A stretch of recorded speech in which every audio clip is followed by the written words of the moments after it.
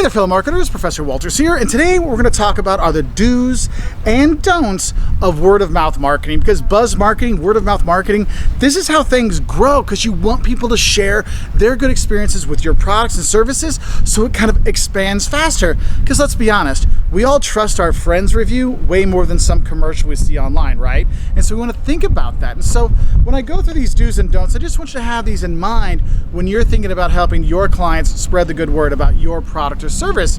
And I think the first thing you definitely need to do is use feedback to pay back your customers. That means responding to their reviews, responding to their comments, telling them thank you for their subscriptions, and all these kind of things, because by doing that, you're really showing that support to them. You're giving that feedback, but it's saying, hey, there you go. And think about it. How many times have you posted something on a YouTube video or a Facebook chat or something like that, and then the person responds or the brand responds, you're like, oh, that's really nice of you, and it makes you want to share more. So do make sure you are sharing that feedback and using that as a way to kind of pay them back.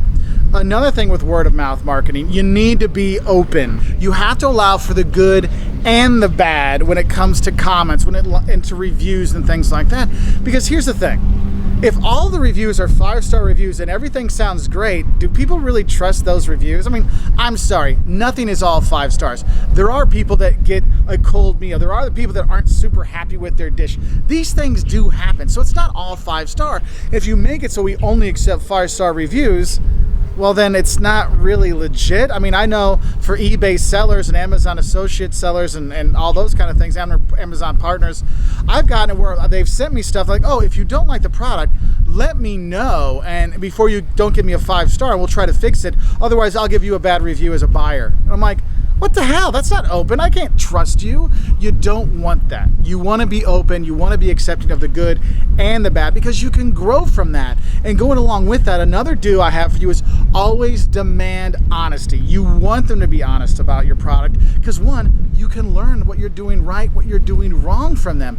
So have that honesty out there. And to help them share their honest stories, another do we have for you is definitely help your customers tell their stories. You know, you'll see all these weight loss programs and stuff online. I mean, obviously I need to do some, but what they'll do is they'll send you, their workout DVDs or their diet plans, and they go, oh, make sure you take your measurements, and they'll like, make sure you take your picture. There's the front, there's the side, there's the sexy. They do that so they know that, hey, if we take the really fat, not flattering pictures like this, and then we get you the turn, which makes you look thinner later on, if you actually succeed in the diet, then they already have the stuff that allows them to share their stories.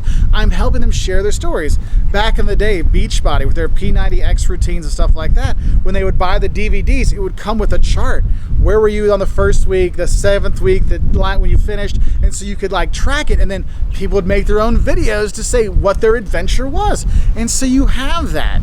Now the thing is, helping customers tell their story is different than telling them what to say, okay? So one of the don'ts I have for you is don't plan, okay? Don't plan on what you want people to say with the word of mouth. Don't script what you want people to say, because what happens when you script what you want them to say, it sounds like a script. It sounds like a script read by somebody who's not an actor, and therefore it comes like, yes, this was the best product ever. It changed my life. Woohoo, I feel much better now. No, it just seems fake, and that really destroys that buzz marketing, that word of mouth, and it looks fake, and that just kind of ruins it. So remember, demand the honesty, let people do their own thing. So no scripts, no plan when you're doing it. And another thing is, when you're using that word of mouth marketing, don't sell. Here's the thing. People doing those exercise routines and those exercise DVDs, they don't tell you to go buy this DVD set. They say, look, here's my experience. We're using this workout routine. And that sells itself. The achievement that people have of losing the weight, you don't need to tell people to buy it. They already see it worked. Wow, it worked for my friend Bob. Maybe it can work for me, right? And so you do that. And that's what sell it. Not telling me go buy. No. You don't want the word of mouth marketing isn't go buy. That's advertising. Sharing people's stories, that's word of mouth marketing, so help them do that. And the last don't I have for you, and there's a lot more things we can talk about with word of mouth marketing, but I just want to get some of the basics out there, is don't ignore people. Word of mouth marketing is shared because, like I said, use that feedback. If you ignore them, you upset the people that are upset even more, but the people that truly appreciate your product, that would be glad to share it, they're no longer going to share it because they don't see the point if you don't care that they're sharing it, right? So don't ignore them, listen to them. And the thing is not not everyone's going to be happy with your product, but you know what? If you listen to them and you make the corrections and you fix things, you actually could get those customers that are really upset with you to be a big fan of yours, because it showed that you listened and you changed things. I know we've had some pretty mean comments over the years, and I've answered people's questions. They're like, oh, now I see what you were doing. We did a music video years and years ago about, it was, the American Idiot, da-da-da-da. It was a Green Day song. I did a Portuguese Idiot song, right?